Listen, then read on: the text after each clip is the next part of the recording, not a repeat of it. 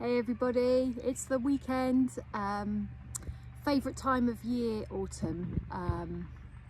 Something about the leaves falling and letting go of things. So I was going to share some content today about divine intelligence. So we get different types of intelligence, and I think it's fair to say that for most of us the most common type of intelligence is mind and academic intelligence, but we have emotional intelligence and spiritual intelligence. So divine intelligence is where we're very governed, not by this, but by your soul speak, by your heart.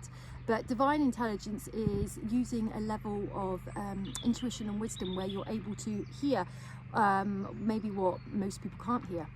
And anybody can do it. It's more about spending time cultivating it and developing it and working on it. And divine intelligence is where you become quite governed by using your intuition and using guidance. And guidance can come through in many forms, and that's a different video topic. But however you receive divine intervention, divine guidance, actually adopting the courage to be able to follow it. So often we will get divine inspiration, intuition, divine encouragement and coincidences, but for some reason we hold back on using what we've been given, often because we feel that in order to follow that we need justification, we need evidence. But why? This is of the mind. We don't need evidence for everything, and scientific evidence, which I'm a massive advocate for, by the way. I've done a lot of training that is classed in the scientific field, but that's not the realm I choose to work by.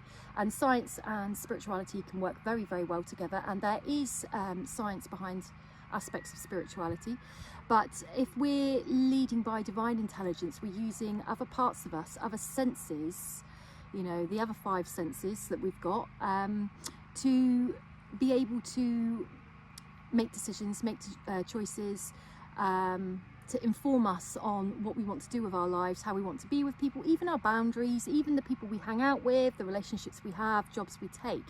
And it's not coming from this. So if we need evidence, if we need justification, if we need proof, it's fine. There's nothing wrong with that. That's the path you choose, but it's not of something that's a lot easier to do, actually. If you're using your intuition, it's actually easier.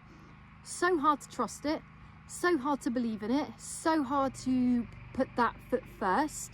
But once you can, it's so much easier. You're not having to prove, you're not having to explain, you're not having to justify. You don't owe anybody any explanation. You just owe it to yourself to do what's right for you.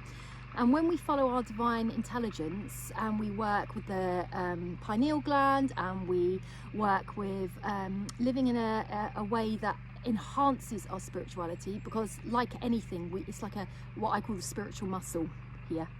We have to keep working it and using it to evolve it and grow it. So once we can do that, this is where we're working at our highest level for our highest good, and we have the highest potential of reaching our biggest life, our best self, reaching our fullest potential and living our soul life. And our soul life, as I always say, is a million miles different to living our human life, which is our conditioned life, the life that we think we have to do to keep others happy, that we have to do to fit into the system, but it takes away our authenticity and how genuine we can be in ourselves. So we're not living other people's truths, we're living ours. It's as simple as that. You know, living divine intelligence and the spiritual life is really not as complicated as people think.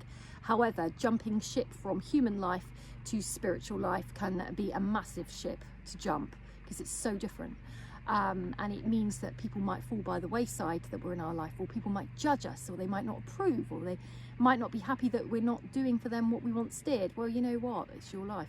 So divine intelligence, start listening, start noticing, start observing what's going on around you, because I tell you, there's signs and symbols and messages for your highest good, for your personal life, just for you, everywhere. And if you don't know where to start in nature. It's always there. Animals, spirit guides, plants, everything. There are messages everywhere, and it's the best vibration and frequency to be able to get in sync with your intuition, in the quietness, in the stillness, just to know thyself. I don't think it's that hard. I think it's a beautiful thing, it's a beautiful gift, but firstly you have to give yourself permission, and you have to give yourself permission to maybe not do things the way that you did or however others expect. That's a bit of an uphill mountain sometimes. That's not the easy bit, but actually doing you, living you, being you, and listening to your intuition, that is the easy bit. Have a lovely weekend, everybody.